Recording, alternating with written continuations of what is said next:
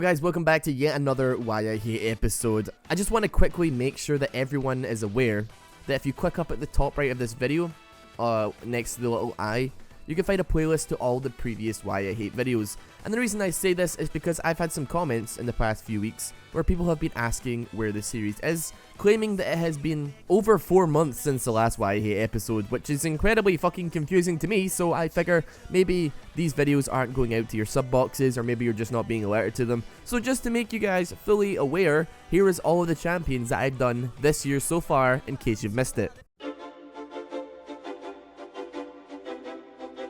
Oh, and whilst you're up at the little eye, you can also see a little link to my brand new RossBoomsocks t-shirts. Wow, Ross, these are so amazing, fantastic. Buy a t-shirt. So Taric got a rework pretty recently to the roaring applause of the 3 people that actually play Taric in the world. But to be honest, I wasn't really all that sure what to think when I heard that the Taric I knew and loved was being changed. And I will be the first to admit, his skill set was absolutely terrible, okay? It doesn't matter how good of a player you were. You could be playing in bronze 78 with a ping of 400,000, or you could be playing as fucking Faker directly plugged into the fucking Matrix, playing with a ping of -12. But it didn't matter. Taric could only be played in one way, and one way only. His skill set basically left no room for different players and different playstyles.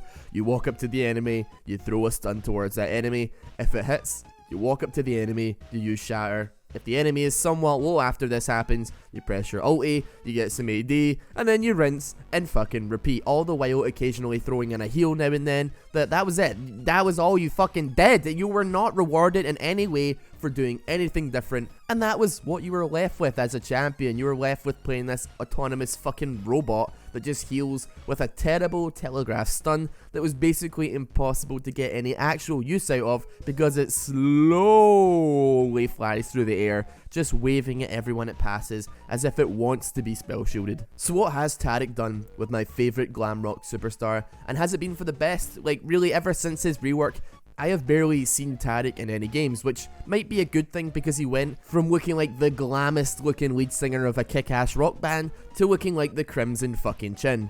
So alongside all of this, all of his skins have also gotten an overhaul, although Taric literally only has one skin that I will ever acknowledge, and that's the pink Taric skin. If you play Taric and you don't own the pink Taric skin, you're not a Taric player. So I'm just gonna say now, probably a little bit late into the video, we here at RossBoomsocks Incorporated are a classy bunch, right? So if you're here expecting the "it's funny because Taric is a gay and he has the sex with the other man like Israel," well, we don't pander to that shit, alright? These are jokes for the lowest common denominator, and we are far above that. Isn't that right, my new colleague, RossBoomsocks? Levins? Alright, never mind. So what have we got then? Well, Bravado is Taric's passive, and it's somewhat in keeping with his previous passive, in that if Taric whacks things with a hammer, good things happen. After casting any ability, Taric's hammer becomes empowered, and his next 2 auto attacks within 4 seconds gain 100% attack speed, and they deal a little bit of extra bonus magic damage that scales with your armor. They also, similarly to his old passive, reduce the cooldown of his heal. It's pretty nice, honestly. You get some extra damage for being tanky. What else could you really hope for? Don't you just love it in Earth when you're playing a character and Taric is just pounding your asshole constantly, and he won't fucking just go away. He's just mercilessly pounding and pounding away at that tight little butt, just unleashing stun after stun, just fucking hammering your anus into fuck. It's decent, it's nice. Just thank fucking God Earth is gone, so I don't have to deal with Taric in that game mode any longer. Starlight's Touch is Taric's heal spell, and the way it works is kind of unique. I say unique. I mean, it's a spell Riot in true Riot fashion looks at and they're like, yes, this needs a minigame style element to it.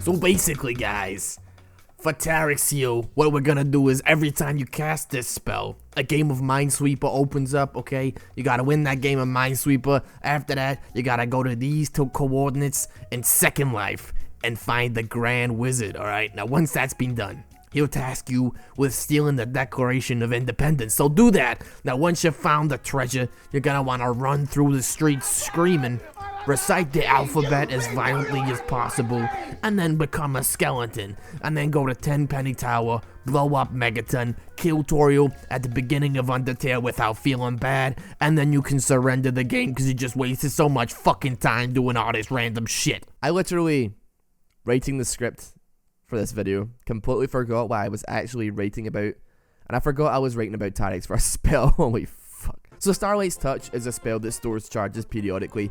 It stores up to 3 charges, and casting the spell consumes every charge of the spell, healing you for an increased amount for every charge used, meaning that actually putting some thought into your heals instead of brainfuck AFKing and using heal every time it comes off cooldown, like certain retarded champions, Soraka, actually benefits you. It adds an extra level of depth to the lane and makes you question, if I heal now, we might lose this next trade, but can I afford to wait another 15 seconds for the next charge? A new level of depth that these heal bots have really been fucking lacking for a long time.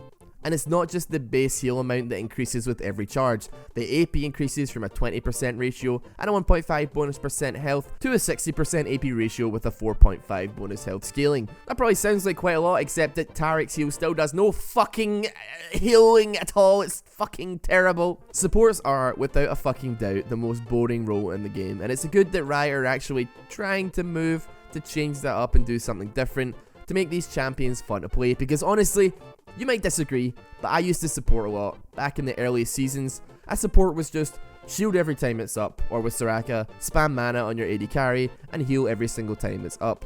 Things changed a little bit with aggressive supports coming into the mix like Leona or Braum, but at the end of the day, it's still the same. We are going to try and get as close to you as possible and spam stuns on you forever, problem that Taric dealt with.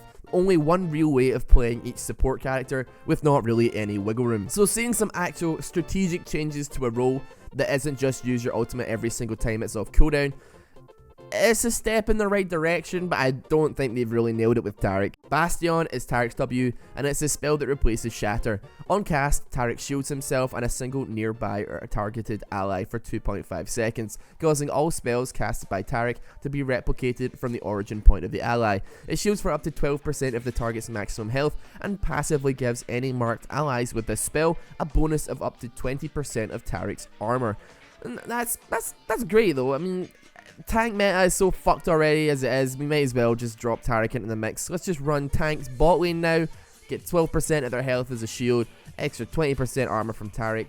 That's going to make things even more fun. Still, it's a decently interesting spell. It's an interesting mechanic that's kind of similar to Zed's Shadow, with the unfortunate disadvantage that you have to rely on another human being who's almost certainly going to be a complete retard and go nowhere that you actually want them to. I duo with RossBoomsocks all the time, and I always end up fucking regretting it.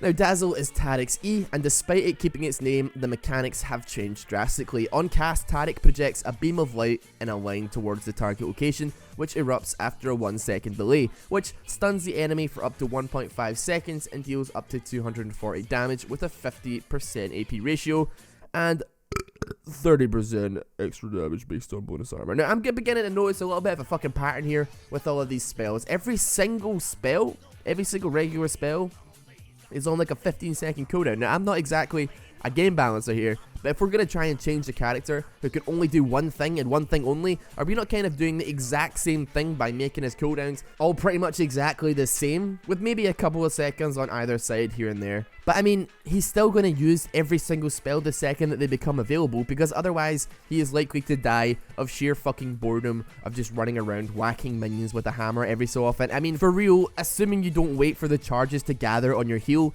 and use it every single time it's up, you're spending at least a quarter of your entire early game doing absolutely nothing beside being a fucking glorified ward. Now, maybe Taric's ultimate will mix things up slightly.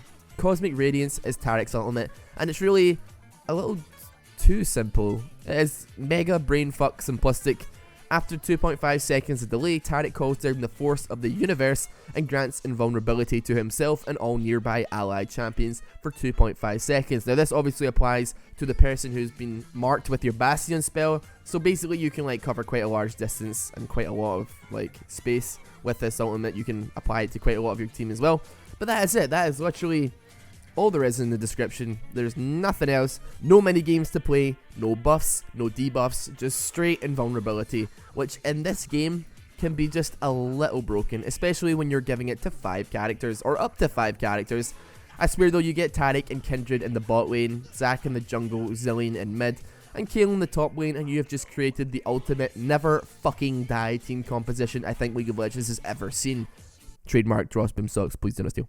Still though, the changes are a step in the right direction for supports. However, they're just far too samey to what Taric was already doing anyway. He only did one thing right and one thing well, and at least this way he has an ultimate that's actually really powerful if used correctly, even with the 2.5 second delay, which in a team fight can feel like fucking eternity, and it's really not good for actually saving any of your squishies. It's not ever going to be able to save a carry that gets caught, but Riot are thinking, Riot are trying to change things up. So, you know what, fuck it, I'm going to allow this one for once. I'm going to allow it. I will allow it, okay. Well guys, thank you very much for watching yet another episode of Why I Hate. Thank you guys so much for the support on all the last few videos. Thank you guys for all the support on my other videos, my Hextech videos, all that kind of crap. I really appreciate it.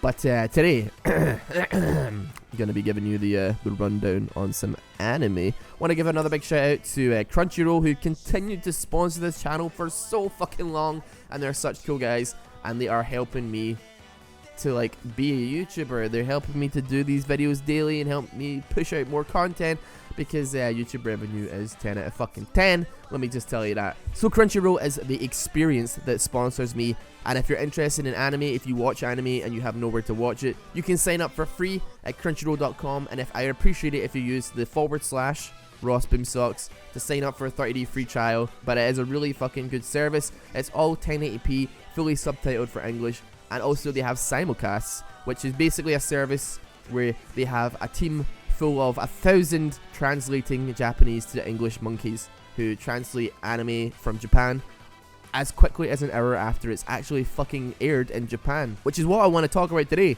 because the anime that I want to recommend is JoJo's Bizarre Adventure. Now, I've already recommended JoJo's Bizarre Adventure before. You've already probably seen it. It was one of the first ones I actually did. However, this one is the 4th season, and it's fresh off the fucking press, and it is really good. If you've watched JoJo's Bizarre Adventure, I go recommend watching it all right now. But if you are familiar with JoJo's Bizarre Adventure, specifically the 3rd season and the 2nd season as well, this follows on, I think it's 10 years after the 3rd season, and basically it follows Jotaro from the 3rd season, the main protagonist, goes to Japan, a really small town, to find the illegitimate son of Joseph Joestar, who was the protagonist from the 2nd season, called Josuke, who is a guy who has a very interesting haircut.